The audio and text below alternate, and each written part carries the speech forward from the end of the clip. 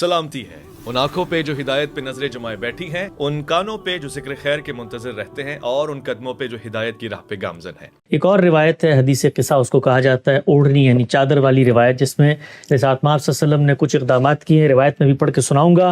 उस रिवायत की सनदी बहस में तो बहुत इख्तलाफात है, अहले सुन्नत उसको तस्लीम नहीं करते, उसकी सनद पर बहुत इश्कालात हैं, इस्तराबात हैं, उसके रावियों पर बहुत जरा नक़्द किया गया है, लेकिन अहले तशय्युह क्या वो है, कुछ हदीस की किताबों में भी आ गई है। सनद की बहस से क़तई नज़र जो नफ्स मज़मून है उस पर गांधी साहब कुरान की रोशनी में क्या तबसरा करते हैं। रिवायत मेरे सामने फरमाया, सईदा आयशा की बयान करती हैं कि एक दिन नबी करीम सल्लल्लाहु अलैहि वसल्लम ने स्याह कढ़ाई वाली चादर ओढ़ रखी थी। चुनाचे हज़रत हसन रज़ी अल्लाह ताला अन्हु आए तो आपने उन्हें उसमें दाखिल किया, और फिर हुसैन रज़ी अल्लाह ताला अन्हु आए तो आपने उन्हें भी उसमें दाखिल किया। फिर सईदा फातिमा आई तो आपने उन्हें भी दाखिल कर लिया, और हज़रत अली आए तो उन्हें भी अंदर दाखिल कर लिया। उसके बाद फरमाया कि ए अहले बैत, अल्लाह ताला तुमसे नापाकी को दूर करके अच्छी तरह पाक करना चाहता है, युताहिरुकुम तत्हीरा। वही आयत आप सल्लल्लाहु अलैहि वसल्लम ने पढ़ी। इसी रिवायत से मिलते जुलते अल्फाज उम्मे सलमा की भी एक रिवायत में आए हैं, उसमें कुछ ज़्यादा तफसील है। उस तफसील के मुताबिक बाकायदा रसूलुल्लाह सल्लल्लाहु अलैहि वसल्लम ने भेज बुलावा दिया है, और फिर इन हज़रात को बुलाया है और फिर चादर में शामिल किया है। और उम्मे सलमा जो ख़ुद अज़वाज मुतहरात हैं, जब चादर में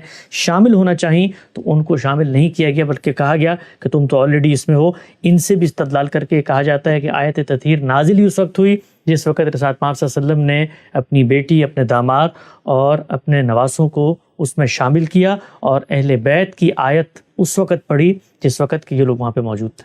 मैं भी तबसरा नहीं करता इस पर, मुझे मालूम है कि इस रवायत में क्या कीलो काल है, इसकी सनदों पर क्या बहस की गई है। छोड़ दीजिए उसको, थोड़ी देर के लिए मान लीजिए। तो उतनी बात इसके बारे में कहनी चाहिए कि किसी मौके पर मोहब्बत के जज्बात के साथ हुजूर ने अपने बच्चों को अपनी चादर में लिया। बेटी है आपकी, ये तो घर वाले होते ही हैं, और उनके बारे में दुआ की कि जिस तरीके से मेरी बीवियों के बारे में अल्लाह ने ये फरमाया है कि वो हर अखलाकी नजासत से उनको पाक देखना चाहता है, मैं इनके बारे में भी यही ख्वाहिश रखता हूँ। इसमें ख्वाहिश का इजहार किया गया है, ये कोई बुरी ख्वाहिश है।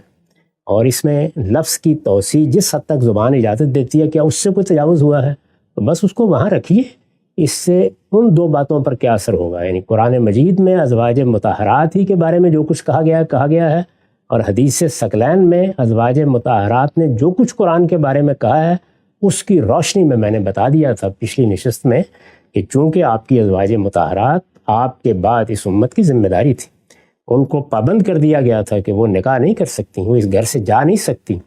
ये मुसलमानों की ज़िम्मेदारी थी कि उनके मामलात को देखें, उनकी हिफाजत करें, उनकी किफ़ालत का बंदोबस्त करें।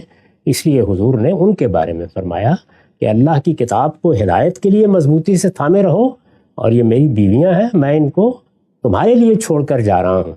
इनके ऊपर कुछ ज़ायद पाबंदियाँ लगी हुई हैं, ये अपना कोई नया घर नहीं बसाएंगी।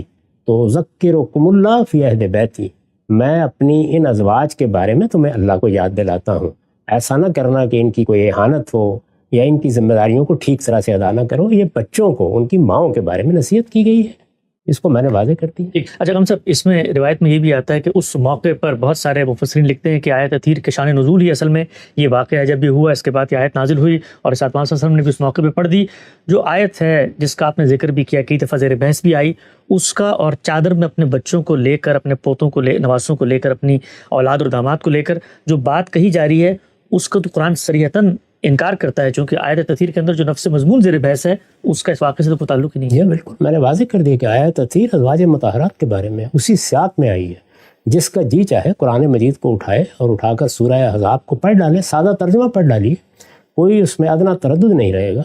इस वजह से ज़्यादा बात इस रवायत की बुनियाद पर यह कही जा सकती है कि रसूलुल्लाह सल्लल्लाहु अलैहि वसल्लम ने अपने बच्चों के बारे में भी ये दुआ की या ख्वाहिश ज़ाहिर की कि अल्लाह ताला उनको भी इसी तरह हर तरह की अखलाकी नजास्तों से पाक रखे। ये बड़ी पाकीज़ा दुआ है।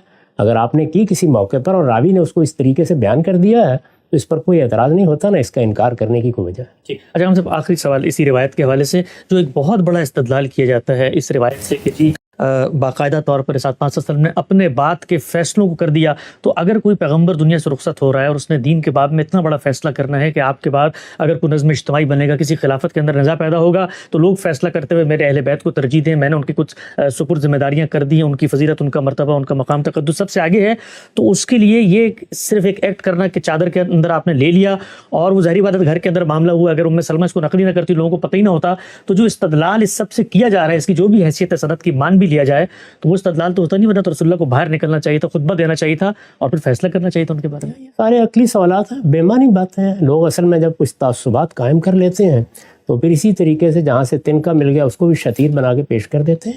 قرآن مجید بالکل واضح ہے، اس میں کوئی ادنا تردد نہیں ہے، وہ خدا کی برہان ہے، کوئی باہر کی چیز اس پر اثر انداز نہیں ہو سکتی، نہ کوئی شان نزول اس کی بارگاہ میں پیش کی جا سکتی ہے. سورہ احزاب ہر لحاظ سے واضح طور پر بتا رہی ہے کہ کن کا مسئلہ زیر بحث ہے، کن کے بارے میں ہدایات دی گئی ہیں، کن کے بارے میں یہ آیت تطہیر ہے. اور جو حدیث ثقلین ہے اس پر میں تبصرہ کر کے بتا چکا کہ اس میں جو بات کہی گئی ہے وہ کیا ہے. میں تمہیں اللہ یاد دلاتا ہوں ان کے معاملے میں، تو ظاہر ہے کہ اللہ یاد دلانے کا کوئی محل ہونا چاہیے نا. اس روایت کو قرآن کی روشنی میں جیسے میں نے سمجھا ہے میں نے اس کو واضح کر دیا، اور روایتوں کو ہمیشہ اللہ کی کتاب کی روشنی میں سمجھنی چاہیے، نہ کہ اللہ کی کتاب کو روایتوں کے تابع کرنا چاہیے. یہ ترتیب مسلمانوں کو اب الٹنی چاہیے، وہ نہیں الٹیں گے تو اسی طرح کی احمقانہ چیزوں میں الجھے رہیں.